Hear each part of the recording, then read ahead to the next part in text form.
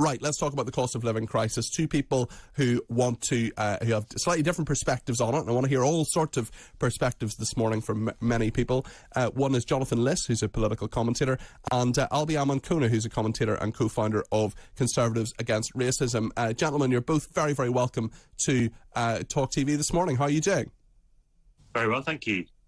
Very well, thank you. The new studio looks great. Brilliant, thank you very much indeed. I mean, obviously, this, I'm afraid my face is kind of spoiling it slightly, spoiling the slick good looks of the studio with a sort of slightly fat, pasty-faced white man. But anyway, Jonathan, cost of living, what's your view on it? What can be done? What should be done? How can we help people? Is it just about government giving them more money, or is there a better solution? Well, I suppose you have to start with the government giving people more money, because the government is the sort of guardian of the economy, if you like, and they have access to the funds. So I think the first thing you can do is look at what other countries are doing. You can look at France, for example, where obviously one of the main causes of the cost of living crisis is energy. And in that country, EDF Energy has absorbed the bulk of the rises, and so it hasn't been passed on to consumers. Now, obviously, we have a slightly different model in this country, but we could sort of, slightly imitate it by having a massive windfall tax, which obviously the Labour Party has proposed. And it's interesting this week, Jonathan, isn't it? Because the Labour Party proposed that, and Rishi Sunak, the Chancellor, seems to have sort of slightly flirted with the idea, perhaps nicking the opposition's ideas. Do you think that would be the right thing to do? Of course it would be, and if he had any political sense, then he would be, leaping to do that. But we can, look at Germany, for example, where you've had, not only with the energy, you've also had a massive slash in fuel duty, a lot more than in this country. Obviously, we need to invest in green energy, but at the moment, you need to help people at the point where they're sort of hurting, if you like. And you can also help people by slashing public transport funds. That's what a lot of countries have done. But sorry, I'm going to come to Albie in a second, and he's waiting very, very patiently. But is the money there? That's my question. Hold on, £408 billion given out for furlough to deal with the crisis around lockdowns and coronavirus. Surely Rishi Sunak has put up taxes simply because there's no money left. No, that's a fallacy. There's always money when you need there to be money. If there was a new pandemic tomorrow, there'd be money for furlough, just like there was in 2020. This is about political choices. We've already shown that we can basically produce money without having the hyperinflation, if you like, which is always the fear in generations gone by.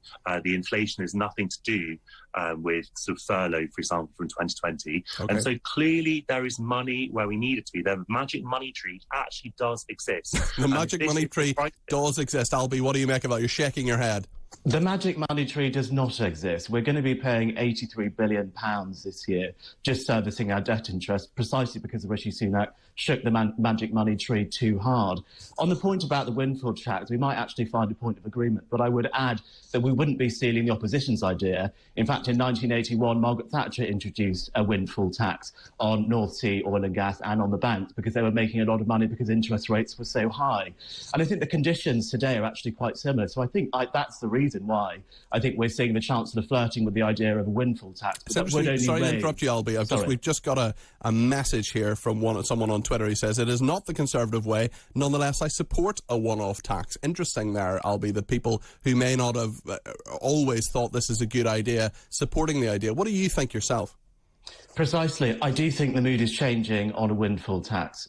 We've seen various people come out and say that a windfall tax might be a good idea, including people like Robert Halfon. Rishi Sunak's been floating with it, and as I said before, it is actually a policy that Thatcher introduced in 1981.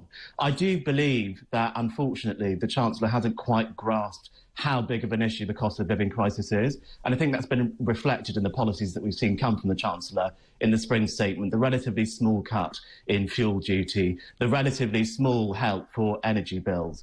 It's not really the big radical stuff that we're seeing in France and Germany, as Jonathan has just said. So, it's interesting, there seems to be agreement breaking out between the two of you that perhaps Rishi Sunak doesn't grasp this. Jonathan, a final word for you, please. Yeah, absolutely. I mean, this is a political matter as well as an economic one. And the Conservatives are incredibly complacent. They think they have a divine right to rule. And they're going to discover pretty quickly it's not just about Partygate that is causing people to turn away from them. And I hope, for the sake of the country, the next week does, produce that wake-up call that shows the government they have to act in as radical a way as our neighbouring countries have done. Albie, a brief final word from you, please. I think there's more that we can do than just a windfall tax. I think another thing that Rishi Sunak could do, which would really help him, is go after some of this money which has been lost to fraudulent COVID loans being given out. About £5 billion worth of taxpayers' money has gone to businesses, and it's just pure fraud. And we're doing absolutely nothing to recover that money. And that £5 billion could go a long way to lowering taxes to give people more money so they can spend it in the economy and stimulate growth, which is also another thing which we need. OK, Albie, thank you very much indeed. That's Albie Amankona, who's a commentator and co-founder of Conservatives Against Racism. Thanks also to Jonathan Liss, a political commentator there.